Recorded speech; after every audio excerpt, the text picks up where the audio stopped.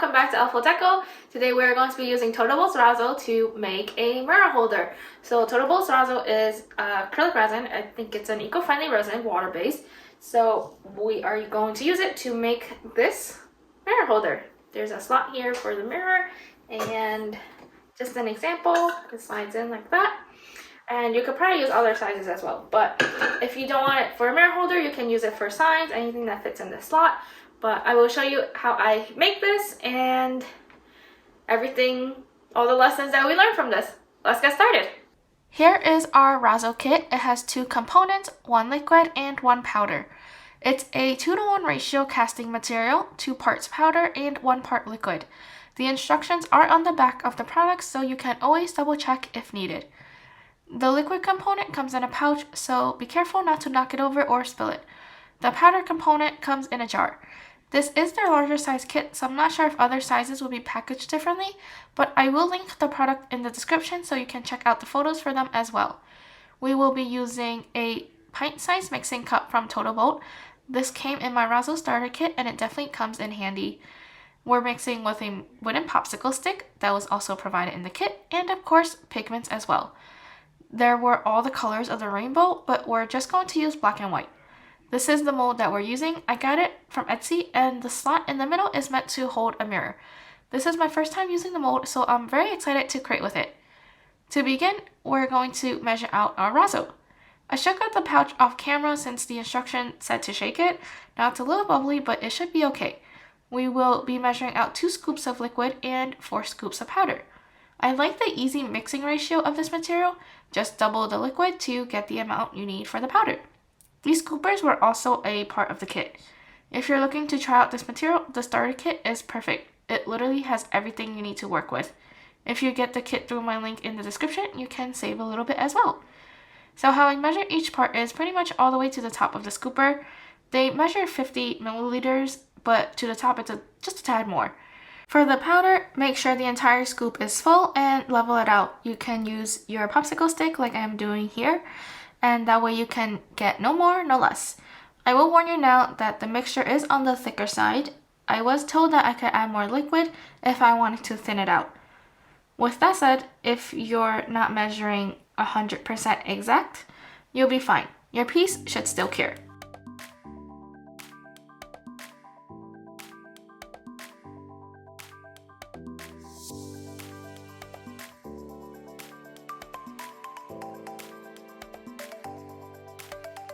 Now let's add our powdered pigment to the mix. I'm not even sure I will need this white because the mixture looks pretty white already, but just in case, I will add the pigment. I also don't know if there's a limit to how much pigment we can add. It's still very trial and error for me with getting the colors I want, but I've been adding extra pigment just in case, since I want this to be white. And I'm just using my popsicle stick to scoop out the pigment, and you can see that I'm adding quite a lot. And I'm assuming because this is powdered pigment, it will just be like adding a little bit more powder to the mix. We'll test out other kinds of pigments next time. I am mixing this by hand. The last time I worked with Razzo, it was super simple. I hand mixed everything and it turned out great. There were no unmixed powder or anything, and a piece that was full of color, no white specks. I was pleasantly surprised. A lot of the issues that I've seen with similar materials, and my own experience as well, any unmixed powder will show up as specks in the pieces, so I would need an electric mixer. That was fine, but with the Razzo, it just saves some cleaning and an extra step. The instructions said to mix it until it's smooth for about a minute or so, so that is what I am doing now. This mixing is real time, so you can see how quickly the Razzo thickened and the entire process of how I am mixing. Unlike epoxy, I'm not worried about mixing slow and steady. I don't think the mixing speed is related to bubbles or anything, from my experience at least. The material is also opaque, so it's not like we'll see micro bubbles through the piece, if there even is any. Again, Razzo is on the thicker end. You can see that it's not flowing down the popsicle stick. The pigment seems to be mixing in pretty well too, but I mean, it's a little hard to tell since we're mixing white pigment and Razzo has a white base. But the mix looks pretty smooth, no powder lumps or anything. We'll finish up the mixing and then you'll see how it pours.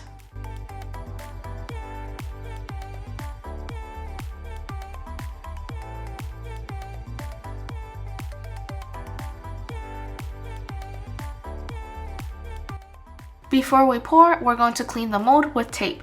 I use blue painter's tape to pick up any dust or specks that fall into my molds. You can use packaging tape for this as well.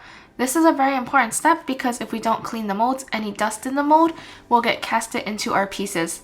This mold is matte, so it felt a little bit hard to pick up the stuff, but it still worked. Matte molds are okay with Razzo because the material is matte. If you work with epoxy, when your molds turn matte, just use them for Razzo. No more tossing away molds that lost their shine after many pours. Now the molds are clean and we are ready to pour into it. I am tapping the mixture on the table to help with the bubbles, and you can see how thick the Razzo is. It's more like plopping the mixture into the mold. This is being poured real time as well, so you can see how slow the pour is going, and I am literally scooping the Razzo into the mold. As mentioned before, you can thin this out with more liquid if you want to, or if you need to. There isn't a problem with me scooping the mixture into the molds for my case, because this is just a solid color into one big mold. If you are making, say, earrings or smaller pieces, you may want to experiment with thinning out the material. To level this layer, I pick up the mold and tap it on the table many times. The tapping will also help with the bubbles trapped on the bottom. Sturdier molds make this step easier because you can just pick up the entire mold slightly and drop it on the table. If your molds are flimsy, you can carefully lift it from the sides and tap around it as well. Now I'm just cleaning my bucket to make sure no material goes to waste, and I repeat the tapping step. I'll speed up the rest of the bucket cleaning since you get the idea of what I'm doing and why I'm doing that. Any Razzo that doesn't make it into the mold can be reused as terrazzo chips when it's cured. So once I'm done with this layer, I'm gonna let it harden a little bit and then be back to pour the second layer.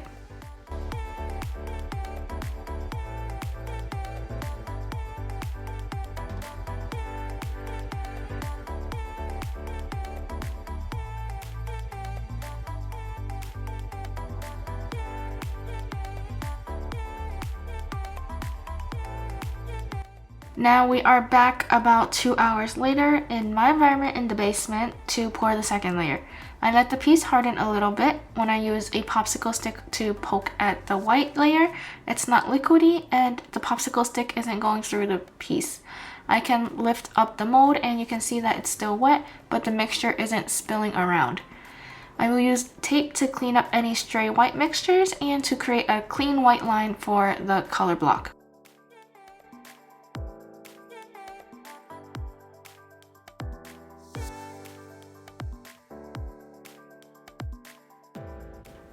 Now we are going to add some gold glitter to the sides of our mold. This is gold glitter flakes from Resin. We're going to pair it with the black Razzo pigment that came with my starter kit. I'm hoping to make this mirror holder luxe vibes with the white, gold, and black colors. So I tried to tap some gold glitter to the sides and then spread it out with my fingers as I am doing in the video. You'll notice that the glitters are dropping into the piece, but the extras are just going to be covered in between the layers, so that should be fine. If there's too much glitter close to the edge, we could just use a popsicle stick and move it to the center to hide it.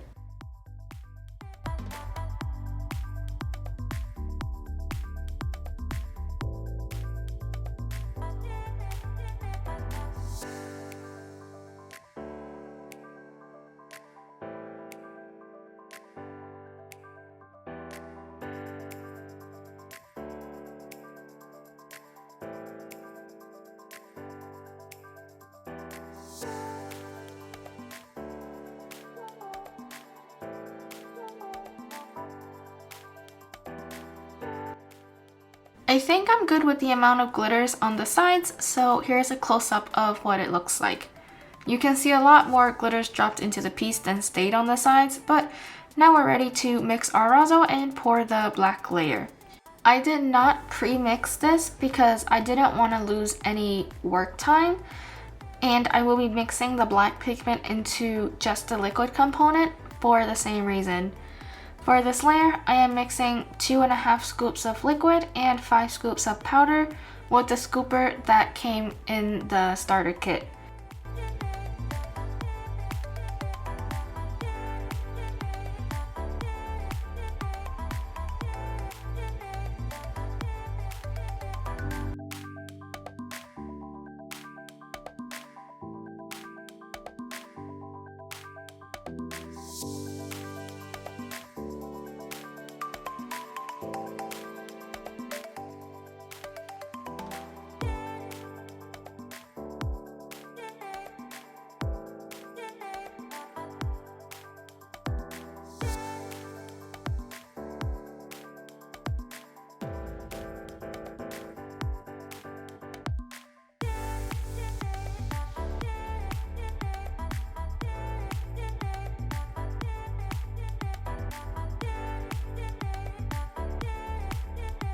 Now I have both parts measured out, and for some reason the mix seems to be thinner this time, and I'm not sure if it's because I used too much pigment or not, but you'll see a noticeable difference when I'm mixing now and when I pour later.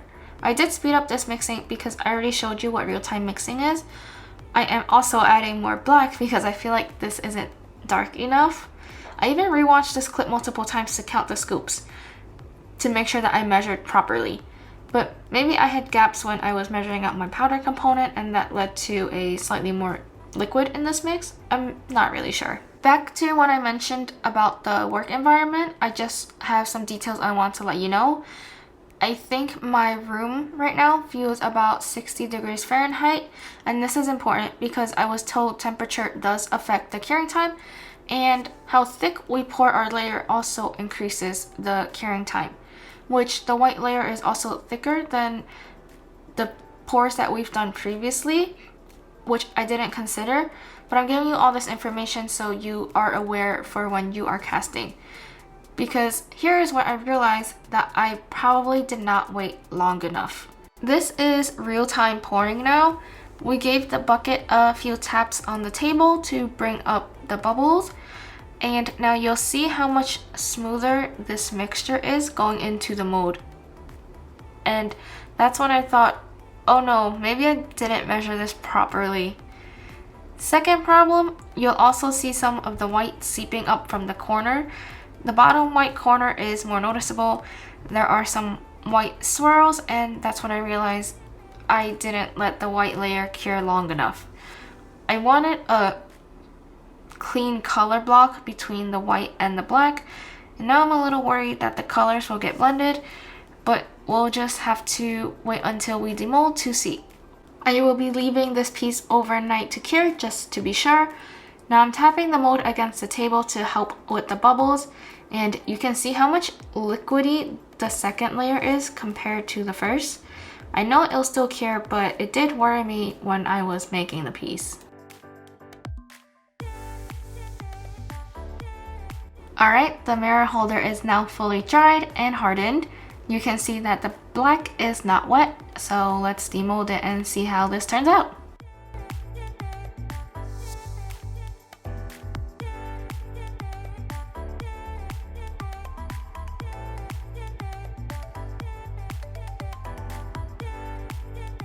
You can see the specks of gold on the black layer, so we know the glitter is stuck to the Razzo at least.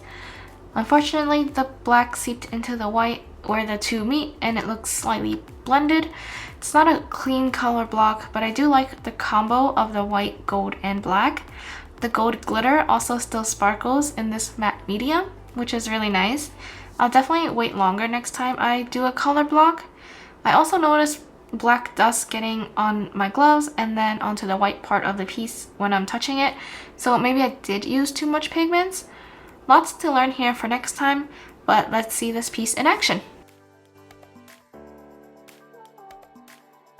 Let's take a closer look at the piece in better lighting. The black pigment seems to have dried since it's not sticking to my hand now, so maybe I just had to be more mindful when I first demold my Razzo pieces. I could probably clean it up with some light sanding, but now we know. Let's place a mirror on it to see it as the mirror holder that it's supposed to be. This is a 5-inch mirror that I had on hand. I think it's supposed to hold a candle or something, but today it's a mirror. The holder could probably hold a larger mirror, but I'm not exactly sure how much larger, but this seems to fit fine. This would be really cute on a desk. Where would you use this?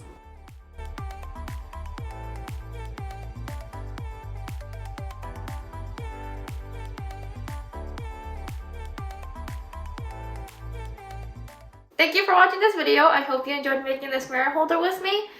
If you did, don't forget to like and subscribe, and let me know down in the comments below what else you want to see me make with the Razzo. I'll see you next time.